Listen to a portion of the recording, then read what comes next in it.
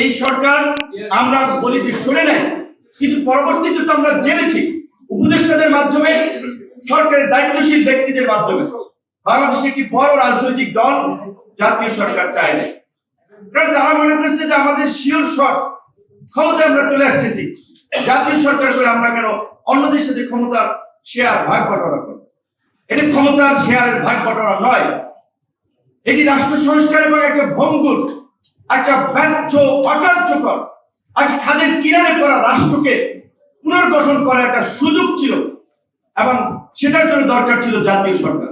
কিন্তু আমরা সেই সুযোগটি হাতছাড়া করেছি, যার ফলে আজকে আমরা বিভিন্ন জন বলা চলে বিভিন্ন দিকে ব্যাটিং করছি, বিভিন্ন কথা বলছি যে এক বছর ওইভাবে আমরা এই ফ্যাসিবাদের সাথে যারা জড়িত ছিল তাদের বিচারের অগ্রগতি দেখতে পাচ্ছি না, কিংবা ফ্যাসিবাদ নির্মূলেও সরকারের কোন শক্ত এবং কার্যকর পদক্ষেপ আমরা এখন পর্যন্ত দেখতে পাচ্ছি না।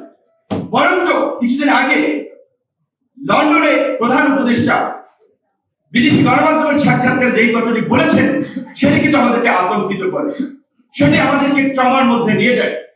যে তিনি বলেছেন আওয়ামী লীগ নিষিদ্ধ হয় নাই, তাদের কার্যক্রম সাময়িক স্থগিত করা হয়েছে। আমরা পরিষ্কারভাবে বলেছি এই গণ অভ্যুত্থানের পরে এই ফ্যাসিস্ট আওয়ামী লীগ এবং তার সহযোগী জাতীয় পার্টি সহ 14 দল তারা এই গণ অভ্যুত্থান পরবর্তী বাংলাদেশের শহীদের রক্তের উপর পাড়া দিয়ে রাজনীতি করতে পারে। দেখতে পাচ্ছি জাতীয় পার্টিকে প্রোটেকশন দেওয়া হচ্ছে, জাতীয় পার্টির নেতাদেরকে সামনে আনার চেষ্টা করা হচ্ছে, জাতীয় পার্টিকে প্রেস কভারেজ বিভিন্ন ভাবে জাতি তোলার চেষ্টা করা হচ্ছে।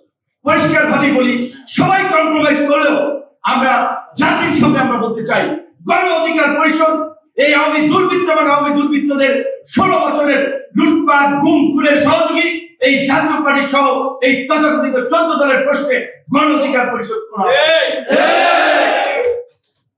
আমরা নির্বাচন কমিশনকে, সরকারকে আহ্বান জানাতে চাই অনতি বিলম্বে আওয়ামী লীগের মতো এই গৃহপালিত এবং বাংলাদেশের সবচেয়ে সর্বনাশা রাজনৈতিক দল এই জাতীয় পার্টি সহ এই 14 দলের কার্যক্রম নিষিদ্ধ করা কার্যকর পদক্ষেপ গ্রহণ।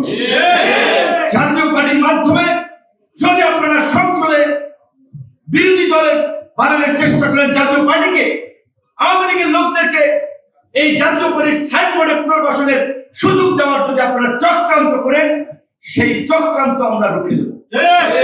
এই চক্রান্তের সাথে জড়িত থাকবে তাদেরকে আমরা ছাড় দেব না, সে উপদেষ্টা হোক, রাজনৈতিক দলের নেতারা হোক। আমি পরিষ্কার ভাবে বলতে চাই এই প্রশ্নে আমরা ছাড় দেব না। এখন জুলাইয়ের ভিডিওগুলো আসছে, একটা ট্রমা কাজ করবে। আপনারা দেখেছেন গতকালকে এই এখানে আমি একজন রিপোর্টারকে মিথিলা আপনাকে দেখতে পাচ্ছি চ্যানেল আই এর, তো তারা দেখেছে 2018 সালে, এবং আই থিঙ্ক অনেকে আছেন এখানে তো থাকতে পারেন, সরি একজন নাম মেনশন করলাম, যে 2018 সালে গতকালকে যে 30শে জুন ছিল, সেই 30শে জুন লাইব্রেরির সামনে কিভাবে আমাদের উপরে নির্মম ভাবে হিংস্র জন্তুর মতো হামলে পড়েছিল। শাহবাগে আমাদের সহযোদ্ধাদের উপর হামলে পড়েছিল, ঢাকা বিশ্ববিদ্যালয় এলাকায় যেখানে যাকে পেয়েছে রক্তাক্ত করেছে। 1 জুলাই ঢাকা বিশ্ববিদ্যালয়ের প্রতিষ্ঠা বার্ষিকী, সেদিন সকলের ঢাকা বিশ্ববিদ্যালয়ের আমরা প্রোফাইল শোকাচ্ছন্ন দেখেছি।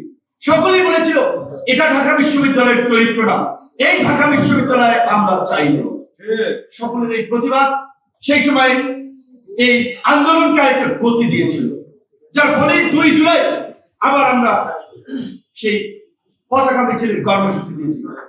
সে সময় রাজশাহী বিশ্ববিদ্যালয়ের একজন ছাত্রকে হাতুড়ি দিয়ে পিটিয়ে মেরুদণ্ড ভেঙে দিয়েছে। কিন্তু পৈশাচিক এবং বর্বর শাসকরা কারো বিরুদ্ধে ব্যবস্থা নেয় নাই। তার পরবর্তী সময় আমরা অক্টোবর পর্যন্ত আমরা আন্দোলন চালিয়ে গেছি। একটা সেটেল ইস্যু ছিল, ওই যে বলে যে আপনাদের দুনিয়ার মানুষ সবাই যদি ঐক্যবদ্ধ হয়ে কারো ক্ষতি করতে চায়, আল্লাহ না চাইলে তার ক্ষতি হয় না। আমরা সবাই মিলেও যদি এগিয়ে যায়, আল্লাহ না চাইলে থেকে রক্ষা করতে পারে। হাসিনার পতন এইভাবে লেখা ছিল, যেই ছাত্রদের সাথে প্রতারণা করেছে তরুণদের সাথে প্রতারণা করেছে, তাদের আন্দোলনে তার পতন হবে এবং তাই হয়েছে।